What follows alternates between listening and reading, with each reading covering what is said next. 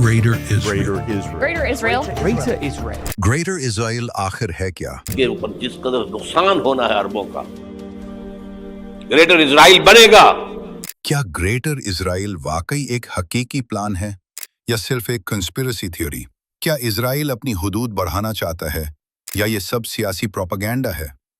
और अगर ये सच है तो इसका असर पूरी मिडिल ईस्ट पर क्या हो सकता है? ये इराक, शाम, उर्दून। आज की इस वीडियो में हम ग्रेटर इजराइल के कॉन्सेप्ट को हिस्ट्री, पॉलिटिक्स और करंट रियलिटी के पर्सपेक्टिव से समझने की कोशिश करेंगे। इसको समझने के लिए हमें पीछे जाना होगा। इस कहानी की शुरुआत आज से 3000 साल पहले होती है। ग्रेटर इजराइल का तस्वुर बाइबल की बुक ऑफ जेनेसिस से निकलता है, जहां एक अहद का जिक्र है कि मिस्र के दरिया से लेकर दरियाए फरात तक की जमीन तुम्हारी होगी। हजरत दाऊद अलैहिस्सलाम और हजरत सुलेमान अलैहिस्सलाम के दौर में इसराइल की सल्तनत अपने पीक पर थी। फिर वक्त गुजरा, सल्तनतें गिरी और बनी, लेकिन ये ग्रेटर इजराइल का ख्वाब यहूदी तारीख में जिंदा रहा।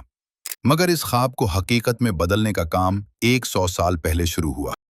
हजरत सुलेमान अलैहिस्सलाम के बाद जब ये सल्तनत कमजोर हुई तो 586 कब्ल मसीह में बेबीलोन के बादशाह ने जेरूसलेम पर हमला करके पहला टेंपल तबाह कर दिया और यहूदियों को गुलाम बनाकर ले गया।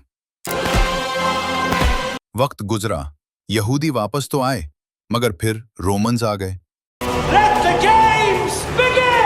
70 ईस्वी में रोमन जनरल टाइटस ने जेरूसलेम को ऐसी तबाही दी कि दूसरा टेंपल भी मिट्टी में मिला दिया गया। रोमन्स ने न सिर्फ यहूदियों को वहां से मारकर भगाया, बल्कि उस खित्ते का नाम बदलकर सीरिया पैलेस्टीना रख दिया, ताकि यहूदियों का इस जमीन से रिश्ता ही खत्म हो जाए। अगली कई सदियों तक यहूदी दुनिया भर में दर बदर रहे। फिर उस जमीन पर मुसलमानों की हुकूमत आई, फिर सलीबी ने कब्जा किया और आखिर में ऑटोमन एम्पायर सल्तनत उस्मानिया का दौर रहा। सदियों तक यहूदी दुनिया के कोने कोने में ये दुआ करते रहे, नेक्स्ट ईयर इन जेरूसलम, मगर उनका वहां वापसी का कोई रास्ता नहीं था। फिर आता है 1917।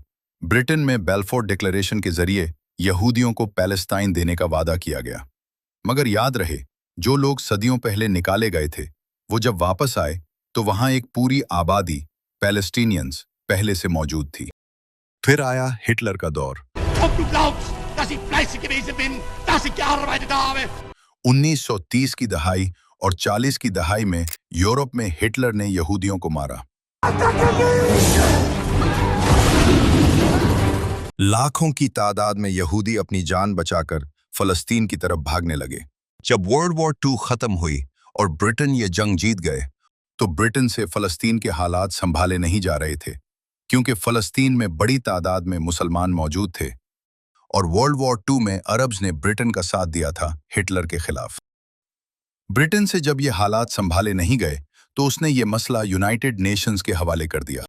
1947 में यूएन ने एक प्लान पेश किया, फलस्तीन को 2 हिस्सों में बांट दिया जाए, एक यहूदी स्टेट और एक अरब स्टेट। यहूदियों ने उसे मान लिया, मगर अरबों ने उसे ठुकरा दिया। इनका कहना था, हमारी जमीन हम क्यों बांटे। 14 मई 1948 को इजराइल ने अपनी आजादी का ऐलान किया।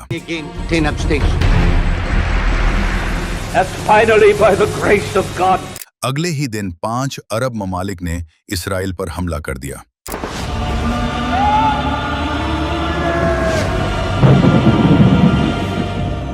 सबको लगा कि इजराइल खत्म हो जाएगा, मगर इजराइल अमेरिका की मदद से ये जंग जीत गया।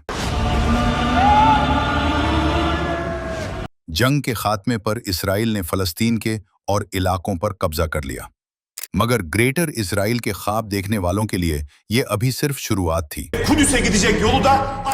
अभी बहुत से इलाके उनके पास नहीं थे जिस पर वो कब्जा करना चाहते थे। वो इंतजार कर रहे थे एक ऐसे मौके का जहां वो बाकी बचा हुआ हिस्सा भी हासिल कर सकें।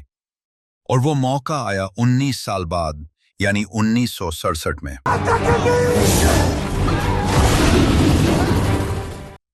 1967 की 6 डे वॉर ने सब पलट दिया। सिर्फ 6 दिनों में इजराइल ने गाजा, वेस्ट बैंक और गोलान हाइट्स पर कब्जा कर लिया। In just 1 week in 1967, Israel decisively defeats 3 Arab armies. लेकिन बात यहां भी नहीं रुकी। 1980 की दहाई में येनॉन प्लान सामने आया। येनॉन प्लान का फॉर्मूला सादा था, डिवाइड एंड रूल, जिसने कहा कि ग्रेटर इजराइल के लिए जरूरी है कि इराक, सीरिया और इजिप्ट जैसे अरब ममालिक को इतना कमजोर कर दिया जाए कि वो टुकड़ों में बंट जाएं। लोग पूछते हैं कि क्या पिछले 20 साल की जंगें,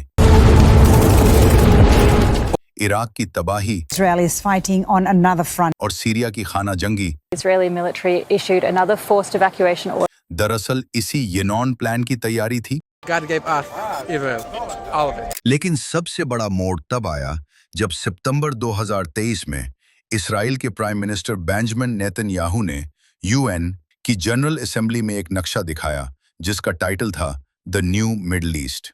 The blessing of a new Middle East between Israel, Saudi Arabia, and our other neighbors.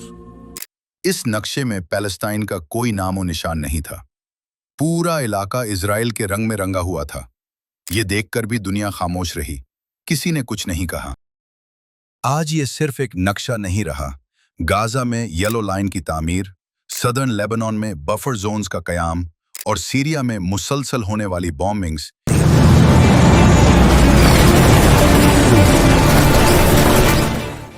ये इशारा कर रही हैं कि इजराइल अपनी स्ट्रेटेजिक डेप्थ बढ़ा रहा है। कुछ एक्सपर्ट्स का मानना है कि इजराइल अब इकोनॉमिक ग्रेटर इजराइल पर काम कर रहा है, global economy and our economy in Israel. यानी सऊदी अरेबिया और गल्फ कंट्रीज के साथ ऐसे प्रोजेक्ट्स बनाना कि पूरा खित्ता इजराइल की टेक्नोलॉजी और ट्रेड पर डिपेंड करे। मगर बात सिर्फ जमीन की नहीं है। सोशल मीडिया पर अक्सर ऐसी वीडियोस और तस्वीर वायरल होती हैं जिनमें इजरायली फौजी ग्रेटर इजराइल के पैचेस अपनी यूनिफॉर्म्स पर लगाए नजर आते हैं। इस पूरे मामले में मुस्लिम दुनिया की खामोशी कई सवालात पैदा करती है। ऐसा लगता है मुस्लिम ममालिक भी इस सब में शरीक हैं।